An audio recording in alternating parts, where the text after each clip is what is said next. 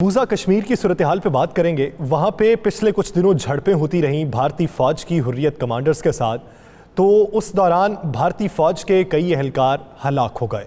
भारतीय फ़ौज के जो सिपाही हलाक हुए, इनकी जो लाशें हैं वो ताबूतों में वापस भेजने की बजाय गत्ते के डिब्बों में वापस भेजी जा रही हैं। मामला क्या है?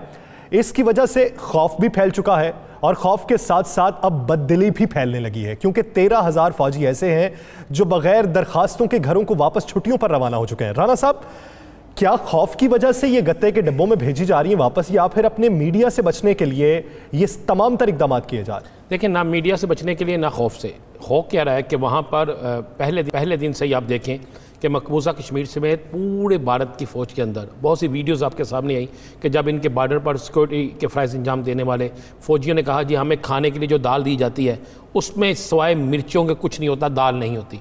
उन्होंने रोटियां भी दिखाई, याद होगा आपको, बड़ा सोशल मीडिया में चलता रहा। उसके बाद पाकिस्तानी फ़ौजियों ने भी दिखाया कि हमें सब बेहतरीन मिलता है।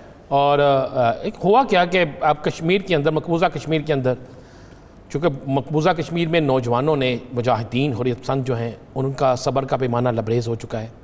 वो बाहर निकल आए, उन्होंने बाकायदा अपने साथियों का बदला लेने के लिए भारतीय फ़ौजियों पर हमले शुरू किए। भारतीय फ़ौजियों के साथ हमलों में काफ़ी फ़ौजी अफसरान और भारतीय फ़ौजी जहन्नम वसल हुए। उसमें से बहुत से ऐसे हैं जिनके हवाले से तो मीडिया को बताया ही नहीं गया, मगर बहुत से ऐसे हैं जिनके हवाले से पिछले कई रोज़ से आप ज़रा भारतीय मीडिया देखें तो चीखों पुकार है और उसको किसी न किसी तरीके से पाकिस्तान के साथ जोड़ने की कोशिश करते हैं। पाकिस्तान ने हमेशा अखलाकी तौर पर, नज़रियाती तौर पर कश्मीरी मुजाहिदीन की सपोर्ट की है, क्योंकि वो एक आज़ादी की जंग लड़ रहे हैं और हम सब उनकी सपोर्ट करते हैं। अब हुआ क्या कि पिछले दिनों जो इनके 3 अफसरान भारतीय फ़ौज के और साथ काफ़ी भारतीय फ़ौजी मुजाहिदीन के साथ जरपों में अपनी ज़िंदगी की बाजी हार गए, जहन्नम वसल हो गए, तो उनमें से जब उनकी लाशें भारत भेजने के लिए काम शुरू हुआ तो हुआ क्या कि 3 भारतीय अफसरान की जो लाशें थीं उनको तो यासर उन्होंने ताबूत में रख के फ़ज़ाई जो उनकी जहाँ से भेजने थे वहाँ पे भेज दिया। और उसके बाद जो भारतीय फ़ौजी थे उनकी लाशें, अगर हम दिखा रहे हैं, हमारे चैनल पे नज़र आ रहा है, ये गत्ते के डब्बे हैं, गत्ते के डब्बे। उन गत्ते के डब्बों में फ्रिज के ऊपर डब्बे इस्तेमाल होते हैं, जो दूसरे डब्बे इस्तेमाल होते हैं, उन गत्ते के डब्बों के अंदर उनकी लाशें लेकर जा रहे हैं। जब ये और लेकर किस तरह जा रहे हैं, ये लाशें उन्होंने एयरबेस के बाहर रख दी।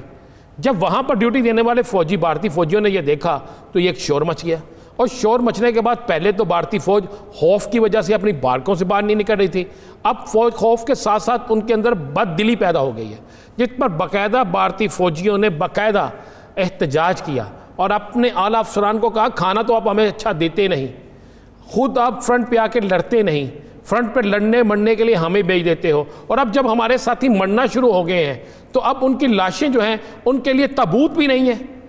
यानी भारतीय फ़ौज के अंदर ये पोजीशन है कि अगर अफसर जो है वो मरता है तो उसको ताबूत में, अगर कोई फ़ौजी मरता है तो उसकी लाश गत्ते के डब्बे में। आप तो लाश को गौर से देखें ना कि जानवरों को इस तरह फेंकते हैं, तो उन्होंने जानवरों की तरह उनकी लाशों को रखा हुआ है।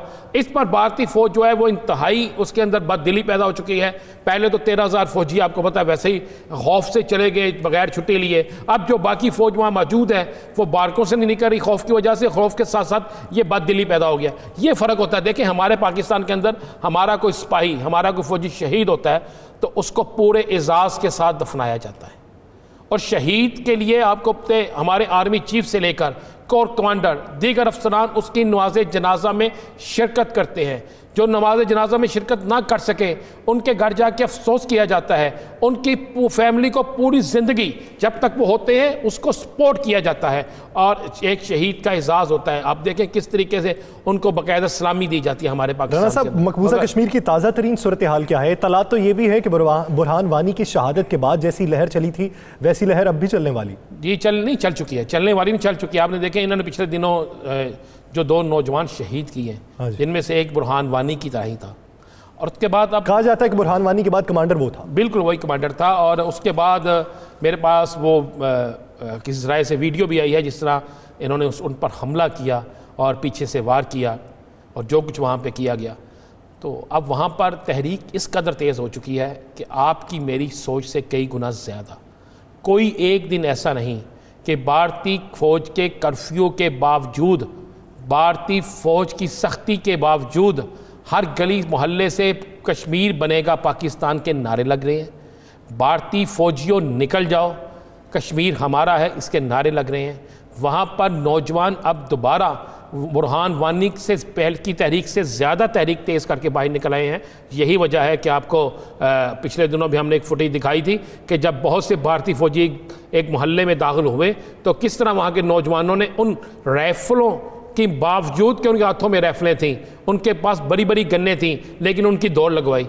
ये हमने दिखाया था। और अब इनके साथ ये हो रहा है कि इनके फौजी मर रहे हैं, उनकी लाशें कई कई घंटे पड़ी रहती हैं, उसके बाद उनकी लाशों को उठाते हैं, ये उठाने के बाद उनको गत्तों के डब्बों में रखते हैं, जिस तरह किसी जानवर को बनने के बाद लेकर जाते हैं। ये तो वहाँ पे आलम हो चुका है और कश्मीर की आज़ादी की तहरीक तेज़ हो गई है और इंशाल्लाह जल्द तहरीक जो है वो अपनी मंजिल तक पहुँचे। हम उम्मीद